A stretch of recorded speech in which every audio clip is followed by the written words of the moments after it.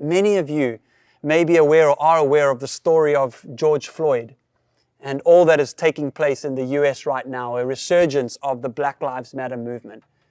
And I know many prominent church leaders have spoken up, and I'm so proud and I'm so glad that they have. And I know what I'm about to say is risky, but the reality is I simply cannot stay silent.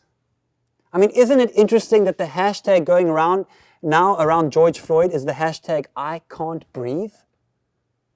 I mean, I can't breathe. These were the last words George Floyd spoke before his life was snuffed out.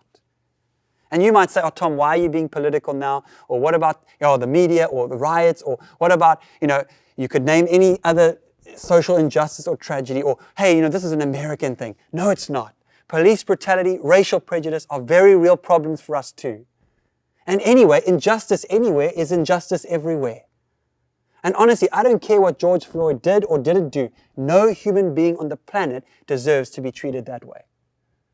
It's as simple as that. And like T.D. Jakes says, black people are not asking, or people of color are not asking the police to not arrest them. We all know there are bad people of all races out there that need to be arrested, should be. But what black people are asking, I think, is not that people aren't arrested, but that black people of color are not tried, convicted, sentenced, and executed on the sidewalk. There is systemic racism in our world and in our country. And I believe it breaks the heart of God. I think silence from the white community, from any community, is tragic.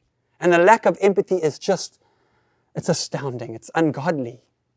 And so when justice around the world when injustices are screaming, your life has no value, then the church cannot remain silent.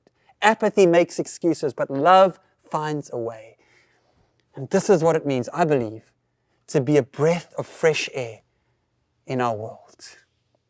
As Andy Stanley says, he says, perhaps George Floyd, like many characters in the Bible, many other characters in history, may just accomplish more in his death than he did while living, because his death destroyed our excuses and his final breath was an invitation to you and I.